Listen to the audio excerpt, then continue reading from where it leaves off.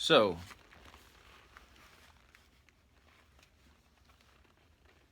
vi- comparing the United States to um, just the places I've been: England, Germany, Australia, Sweden, Norway, and France. Um,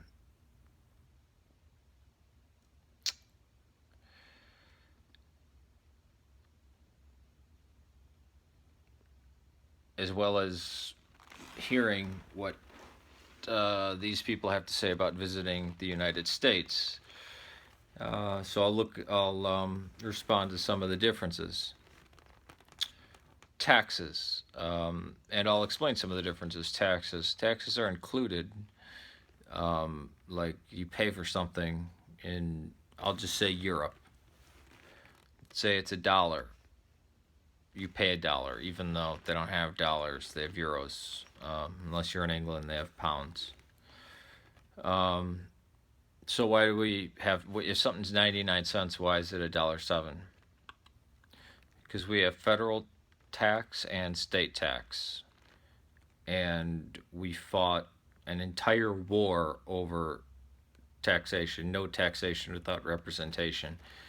And it had nothing to do with having to pay for the French and Indian War. It was the fact that we had no representation. I mean, it was, you have to go back to the Magna Carta for this. The fact that we got no say and we were being taxed. We were actually for the American colonists were for paying the tax and paying back the British for helping fight out the French, but it was the fact that we had no representation, and that's what kicked off the war.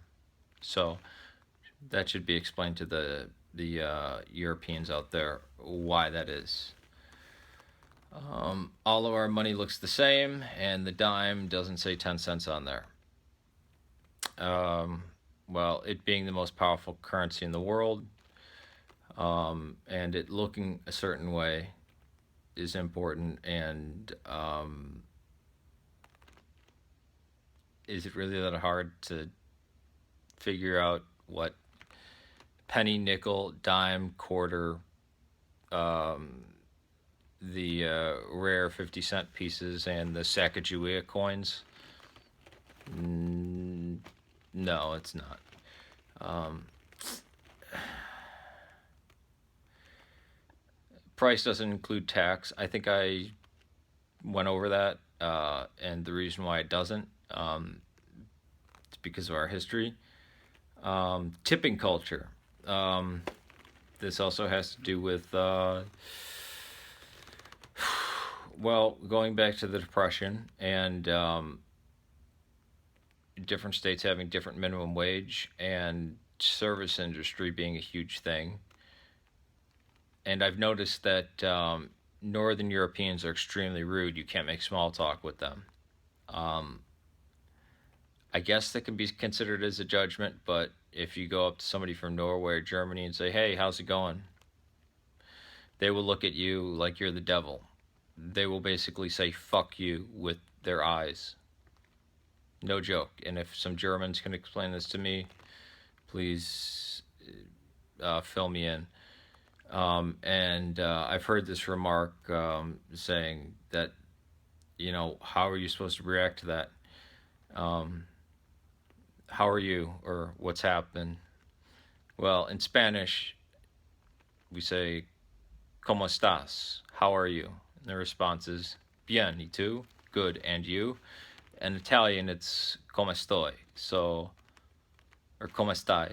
So it's the Nordic, Germanic people that are different. It's not a quirk of the Americans. The French say this too. All of Latin America. I would assume Portuguese as well, since it's the same with Spanish and Italian. So yeah, you guys might be the oddball out on that one. Giant portions and doggy bags, take home food. Um, again, there was famines in the United States, and you're complaining about getting too much food. Uh, this would be horrifying to anybody um, who lived 50 years ago. Why is that a problem? You have food for the next day. You paid for it. You got it. Um, and I believe it's the same in Italy too. It's like a family style. But yeah, the fact that Europeans come over here and complain about portion sizes being too big, this to me is a non-complaint. So if somebody can explain that to me, please explain that to me. Why you look down upon our culture for giving you more food. And it also seems like people in the United States are nicer. Um, the English and the Australians are nice people too, and Italians are nice people, and so are Latin Americans and Hispanics. But the Northern European, meaning the German, the people from Norway, and some degree well, yeah, actually the French and the Swedish.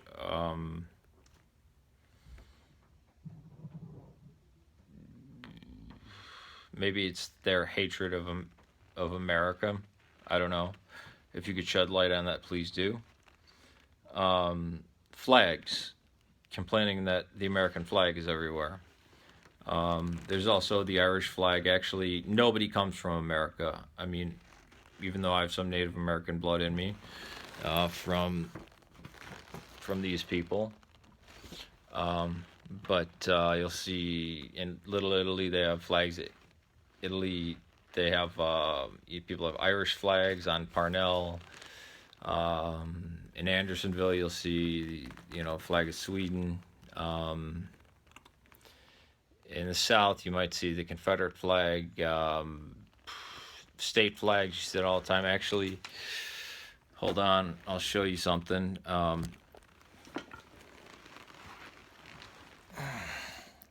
Flag of Chicago. I also have two flags of Illinois. So each state has a flag. And why is that a bad thing? I mean, we beat the Nazis and the communists, so you're welcome, Europe, I guess. Unless you like the idea of anybody who has any religious belief being lined up against a wall and shot, or artificially incited famines. Guns. Here's a point that I was going to get to later on, which is freedom. The only country in the world that has the inalienable right of free speech. The only actually free country is the United States. I know that's controversial, but it seems like talking politics and religion isn't taboo in Europe like it is here. But yeah, the Second Amendment, and we know it's an amendment, but it takes a super majority to change, like 80%. Because we were invaded by England, then Canada, then Mexico, and then Japan, and we had to fight a Cold War where a communist country was 90 miles off our shore. Yeah, and those guns, one, they're for protection, and two, they are to kill tyrants in case the government becomes too abusive or dictatorial. And if anybody says, "Oh well, the United States military has an H bomb or the SR-71 or bombers or whatever. Keep in mind that members of the military are some of the most ardent Second Amendment advocates, and they'd have to wage a war on their own soil. And I would point to not only Afghanistan, but the fact that the second greatest military that ever existed, the UK military with the SAS, the best special forces unit on the face of the earth, was fought to a standstill for 35 years against 500 Catholics in Northern Ireland, who were only armed with bolt-action rifles, some Molotov cocktails, and a couple of machine guns.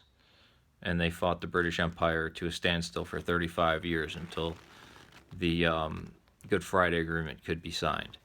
So us having 2 mountain ranges, a giant desert, and a lot of guns does ensure the fact that we will not get a Stalin or a Hitler coming up, or somebody trying to violate our freedom of speech, or violate our freedom of press. So the Second Amendment is an emergency clause, not just for hunting. So hopefully that's an explanation that will help you guys.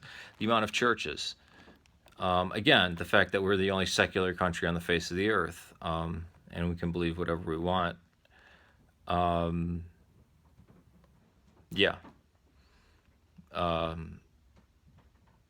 Unlike Northern Europe, where you guys have state churches, it's Lutheran Church, and that's where all baptisms and births and deaths are registered. And England has a theocracy. I mean, most of Northern Europe is even though people don't like to admit it, they are theocracies. They might be benign democratic theocracies, but they're theocracy. Government and religion are an official church is part of the government in those countries. Here, not the case. Oh, refills on drinks. Again, this is a non-problem. You're pissed off because you ordered the largest size drink. You didn't go with, an 8 ounce or a 12 ounce or a 20 ounce. You went with, a 32 ounce or a 52 ounce drink. And then the fact that it comes with refills, you're angry about it. Again, this is portion size. I don't understand what the problem is. Just don't get something that big. Talkative and friendly. Again, Northern Europe. Hey, how's it going? Or I'm standing on a train with somebody. Hey, by any chance, do you know if there's any good movies or if there's anything good to see around here or for tourists? It's like I just spit in their face. Or even smiling at them. It's more Norway and Germany than anywhere else. English people are fine. I think the French just hate the Americans. The Italians are friendly people. But yeah, Australians are friendly too. But yeah, Norway, Germany, just very, very cold people. No metric system is here, and they have the metric system there. Metric system is inferior, actually. It was created by the French Revolution, which wanted to destroy all culture, but it's used in science, so we do use it in science. But actually, day to day and in cooking, the standard form of measurement is actually better, so I'll just leave it at that.